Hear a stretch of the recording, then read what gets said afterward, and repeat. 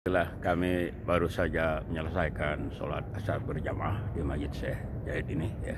Ini jamaahnya sudah bubar, hanya berapa saja yang tinggal.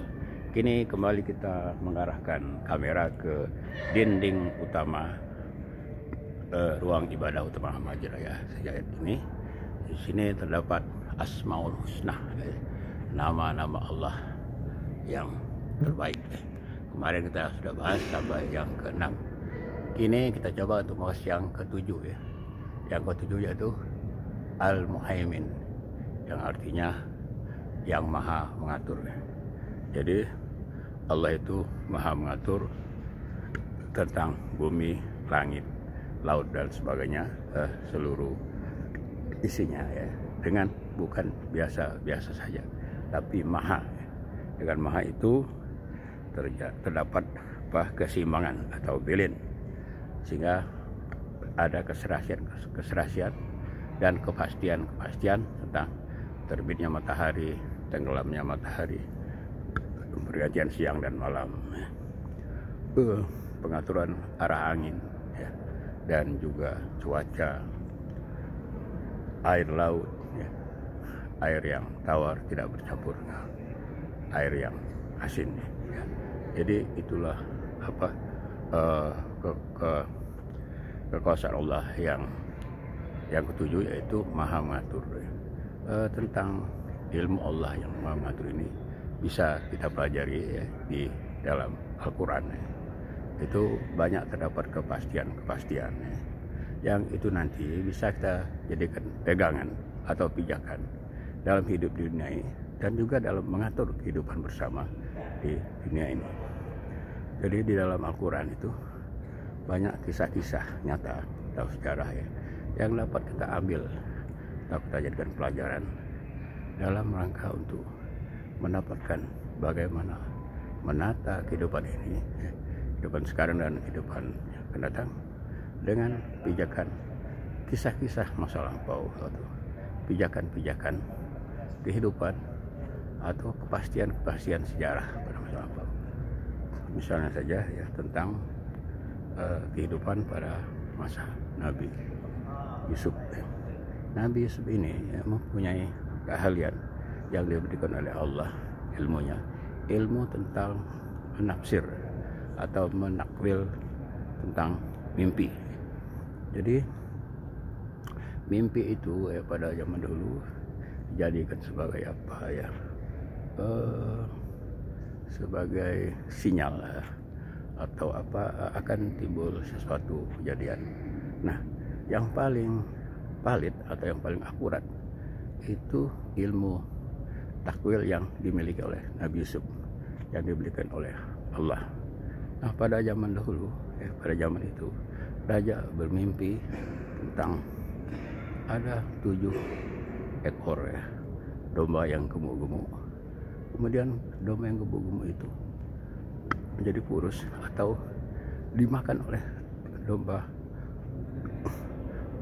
lainnya, sehingga domba-dombanya menjadi kurus, ya, dan lemah. Nah, tentang ini raja tidak punya kemampuan, atau dia menyerah apa makna dari mimpinya itu, sehingga dikumpulkanlah dari berbagai penjuru negeri, ya, untuk menafsir tentang mimpi raja itu. Tak ada satupun yang sanggup, atau tak ada satupun yang berhasil meyakinkan raja. Ada seorang penyedia minuman di istana, yang waktu dia di penjara, dia bersama Nabi Yusuf, dan dia bermimpi. Kemudian dari mimpinya itu Nabi Yusuf tafsirkan bahwa dia akan diselamatkan dan dibebaskan dari penjara, atau dan betul dia dibebaskan. Nah, pemuda itu teringat akan rekan sekamar penjara tentang Nabi Yusuf, dan dia melapor kepada raja, dan raja memerintahkan agar Nabi Yusuf dibawa ke hadapan raja. Dan di hadapan raja, Nabi Yusuf meminta terlebih dahulu